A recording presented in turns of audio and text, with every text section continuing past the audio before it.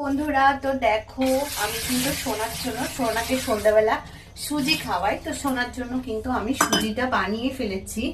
আর সুজিটা বানিয়ে এবার সুজিটা প্রচুর গরম আছে। আর যে ওর কদিন আগে জ্বর হয়েছিল, তো ডাক্তার দেখিয়েছিলাম। ডাক্তার বলেছে যে ওকে এখন দুধ না খাওয়াতে।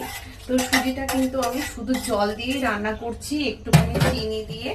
কারণ দুধটা ওকে ডাক্তার খাওয়াতে বারণ করছে, দুধটা আর ফলটা। ওই জন্য দুধটা আমি ওকে দিচ্ছি না। আর যেহেতু এখন দেখো সুজিটা কিন্তু আমি এই বাড়িটার মধ্যে নিয়ে নিয়েছি। এবার এটাকে আমি ফ্রিজের মধ্যে দিয়ে দেবো। তাহলে ফ্রিজের মধ্যে দিলে কি হবে, তাহলে তাড়াতাড়ি করে ঠান্ডা হয়ে যাবে। কারণ হাতে কিন্তু এখন একদম সময় নেই আমার। তো হাতে যখন সময় নেই, তো তার জন্য কিন্তু আমাকে তাড়াহুড়ো করে খাবারটা ফ্রিজের মধ্যে দিতেই হবে।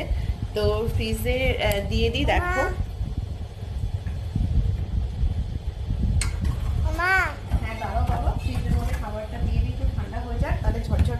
ফ্রিজের মধ্যে দিয়ে দিলাম খাবারটা। এবার খাইয়ে দেবো বার করে, একটুখানি ঠান্ডা হতে লাগুক।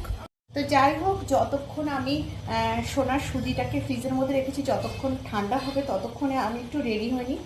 দেখো ড্রেস তো পরে নিয়েছি, এটা পরেই সোনাকে নিয়ে যাব পার্কে। তো ড্রেস তো পরা কমপ্লিট। এবার আমি যখন পার্কে যাই তখন একটু হালকা করে লিপস্টিক লাগাই।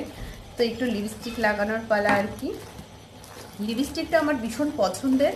লিপস্টিক না লাগিয়ে কিন্তু আমি কোথাও যাই না, কারণ লিপস্টিক আমার ভীষণ ভীষণ ভীষণ পছন্দের। তো লিপস্টিক একটু লাগাতেই হবে।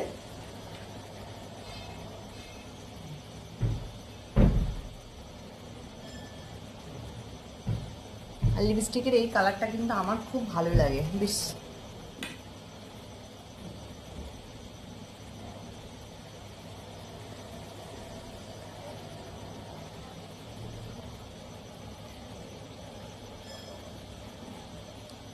এই কালারের লিপস্টিকটা আমি সব থেকে বেশি ব্যবহার করি, কারণ এটা আমার খুব পছন্দের কালার।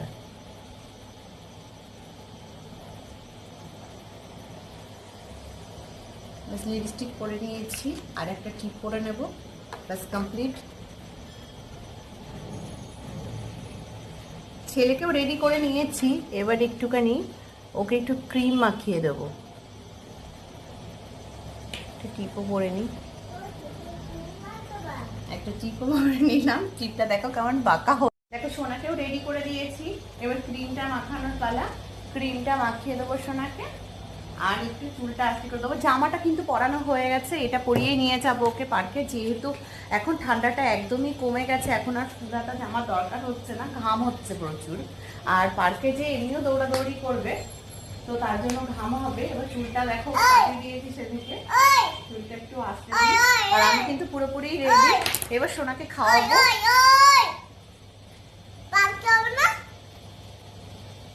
পার্কে যাবে, ছাতুটা খাইয়ে, সুজিটা এবার খাইয়ে দেবো ওকে, দিয়ে এবার পার্কে নিয়ে চলে যাবো। ফাইনালি রেডি ফেডি হয়ে আমরা কিন্তু বেরিয়ে পড়েছি পার্কে যাওয়ার জন্য।